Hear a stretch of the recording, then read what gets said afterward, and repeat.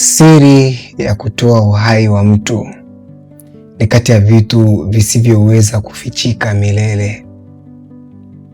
Jua tu ipo siku hiyo siri itajulikana. Nilimtazama baba yangu kwa hasira, nikasema, wewe sio hazina ya taifa, wala sio muujiza unayotembea. Wewe ni muuaji, umemuua mama yangu. Kwa hasira niligeuka na kuondoka pale sebuleni, nikamwacha akiwa analaumu kwa uchungu bila msaada wowote.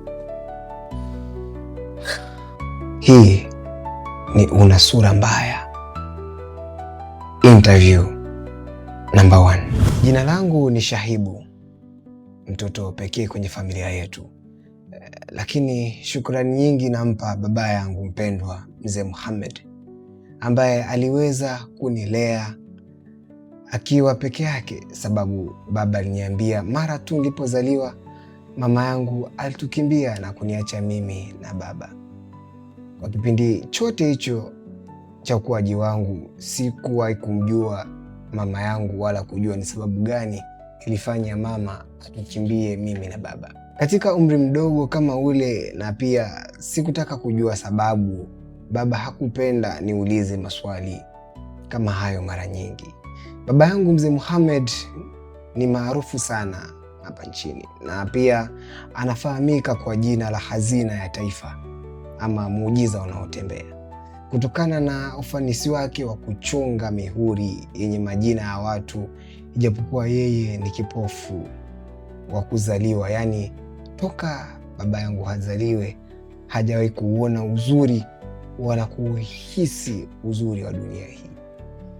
Katika mzunguko wa maisha yetu sisi tulikuwa ni watu wenye kuheshimiwa, na ukijumuisha historia ya baba yangu tulikuwa ni watu wa mfano wa kuigwa katika jamii. Siku moja nilikuwa katika shughuli zangu za kila siku na nilipokea simu. Ilikuwa ni namba ngeni.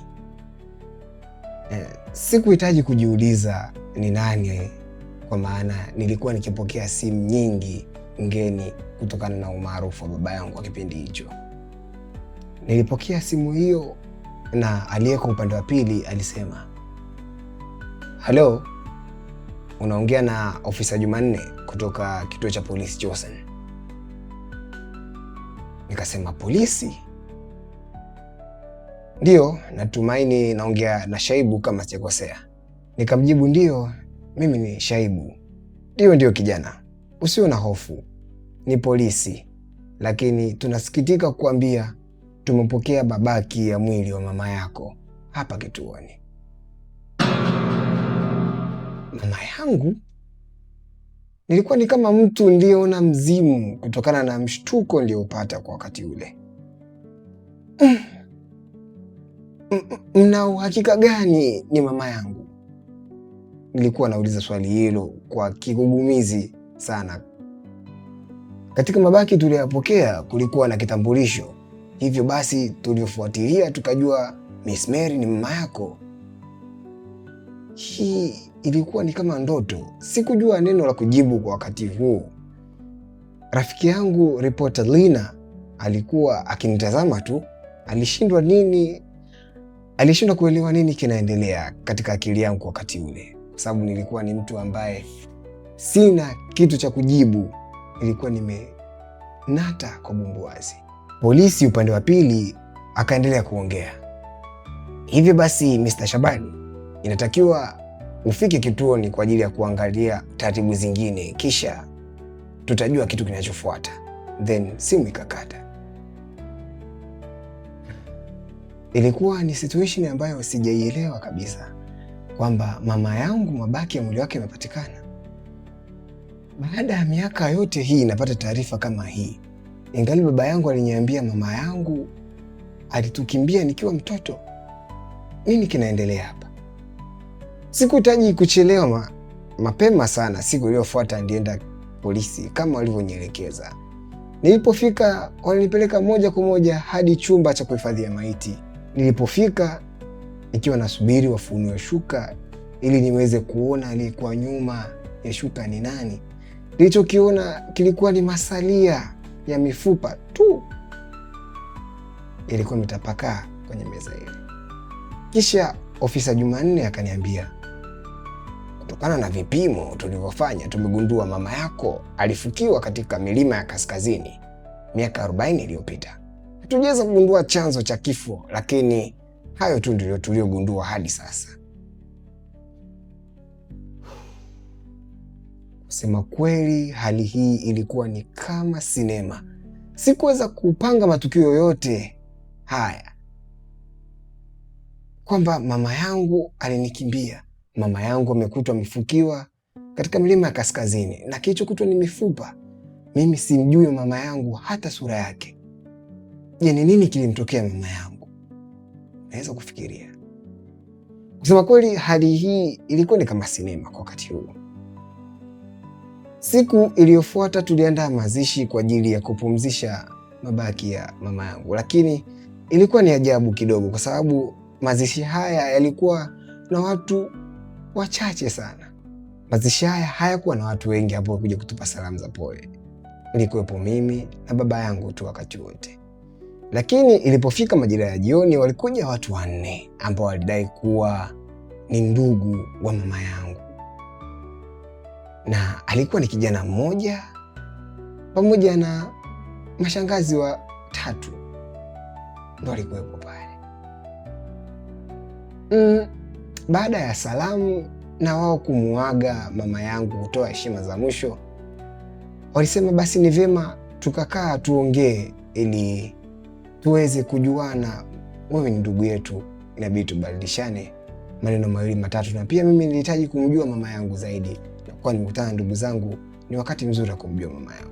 Kijana yule aliyoongozana na wale mashangazi 3 alianza kuongea tulipofika kwenye sehemu ya kupumzikia na kuongea. Okay, kama unavyoona hapa tuna maelekezo kuhusu urithi ambao alipewa mama yako na baba yake. Nikamwambia hapo hapo kwanza subirini, mama yangu ametoka kupumzika hivi karibuni, sijui chochote kuhusu mama yangu. Nisingependa kusikia stori za urithi kwa sasa. Naomba tuangalie mada zingine, hasa nataka kumjua mama yangu ni nani. Si kukimbia katika mada hizi za urithi, kwa sasa haifai. Nilimjibu yule kijana na nilimkatisha kabla hajamaliza kuongea sentensi yake. Shangazi mmoja alianza kuongea, mimi nilijua tu mtoto kama mama yake, tumepoteza muda wetu, tuondoke hapa bwana. Kauli hii ilishangaza kidogo. Shangazi anawezaje kuongea maneno haya kwa ndugu yake? Yaani mtoto kama mama yake? Kwani mama yangu alikuwa na uhusiano gani na mashangazi zangu? Nilimjibu, samahani shangazi kama nimekosea kuongea, lakini naomba mnisaidie hata picha yake basi, kwa sababu sijawahi kumuona mama yangu. Shangazi wa pili akadakia haraka haraka kabla hata simaliza kuongea. Mtu mwenyewe alikuwa ni balaa tu kwenye familia, na ndio maana alikuwa na sura mbaya. Alikuwa ni balaa kwenye familia na ndio maana alikuwa na sura mbaya. Mama yangu alikuwa na sura mbaya? Kuna uhusiano gani mama yangu kuwa na sura mbaya na kuwa na balaa kwenye familia? Kwani ni kitu gani ambacho kinafanya mama yangu achukiwe namna hii na ndugu zake? Shangazi aliendelea kuongea. Angewezaje kuwa na picha yule na sura yake ilivyokuwa mbaya vile? Aliogopa hata kuangalia kamera. Majibu yote haya sikuyaelewa kabisa, sababu nilishindwa kuunganisha mada ili nipate picha kamili. Kwanza, mtu mwenyewe alikuwa na tabia mbaya. Alidiriki kumsingizia baba yake, alitaka kumbaka. Yeye kama nani? Shangazi mwingine alidakia kwa juu na kuongea maneno hayo. Ikabidi niulize tena, kwa hiyo hamna hata mtu mmoja anayeweza kuwa na picha ya mama yangu mnayemjua, hata rafiki yake, angalau basi nipate kuiona sura ya mama yangu? Ndio kitu ninachokihitaji, kwa sababu hata kwenye mazishi hatukuweza kupata picha ya kuweka kwenye juu ya kaburi la mama yangu, kwa sababu sikuwa na picha yake. Yeye baada ya kufanya ujinga wake alikimbia nyumbani. Tulikuja kusikia tu kwamba anafanya kazi kwenye kiwanda cha nguo. Labda ukaulize huko, ndio wanaweza kuwa na taarifa zake zaidi. Si tumeshamaliza, tuondoke bwana. Umemaliza, tuondoke? Yaani kirahisi rahisi. Haya ilikuwa ni maneno ya shangazi wa kwanza yule aliyeanza kuongea na mimi baada tu ya kuuliza habari za mamangu, na akasimama huku akitaka kuondoka, lakini sasa ikabidi ni wasimamishe kwanza, sababu sikuwa na maelezo ya kutosha kuhusu taarifa za mamangu, na jinsi walivyoongelea imenifanya niamshe ari mpya ya kutaka kuchunguza nini kilichotokea kwa mama yangu, nini kilifanya mama yangu awe anachukiwa hivyo, na nataka kujua hasa kwa nini, sababu gani hasa ilifanya mama yangu anikimbie nikiwa mdogo. Jamani, naombeni mnisikilize, hata nisaidie jina basi la hicho kiwanda kinaitwaje, ili nikaanze kuanza kupata sehemu ya kufuatilia. Kinaitwa Louis Cloth. Ni kiwanda cha zamani hivyo, kilifungwa, lakini ukifuatilia utapata historia zake. Alinijibu yule kijana aliyekuwa ameongozana nao na wale mashangazi, kisha waliondoka kama hivyo tu. Nikampigia simu ripota Alina ambaye alikuwa ni rafiki yangu, nikamwomba anisaidie kufuatilia hichi kiwanda cha Louis Cloth, kama ninaweza nikapata taarifa ili nipate hata starting point, sehemu ya kuanzia kufuatilia kifo cha mamangu kilikuwaje, au mamangu alikuwa ni mtu wa namna gani, na kwa nini mashangazi wanasisitiza sana kwamba mamangu alikuwa na sura mbaya. Hicho ndio kitu ambacho kiliamsha ari ya kutaka kujua ni kitu gani hasa kilimtokea mama yangu, na ripota Alina alimwomba anisaidie kufuatilia historia ya hicho kiwanda. Nataka nijue Miss Mary alikuwa ni nani, na kwa nini wanasema alikuwa na sura mbaya, na kitu gani kisababisha hadi akutwa amefukiwa katika milima ya kaskazini. Hii ni story ambayo imemkuta kijana Shaib kuhusu mama yake. Anaambia kwamba mama yake alikuwa na sura mbaya. Je, mama yake ni nani? Tunahitaji kujua na tutajua katika simulizi ya Una Sura Mbaya.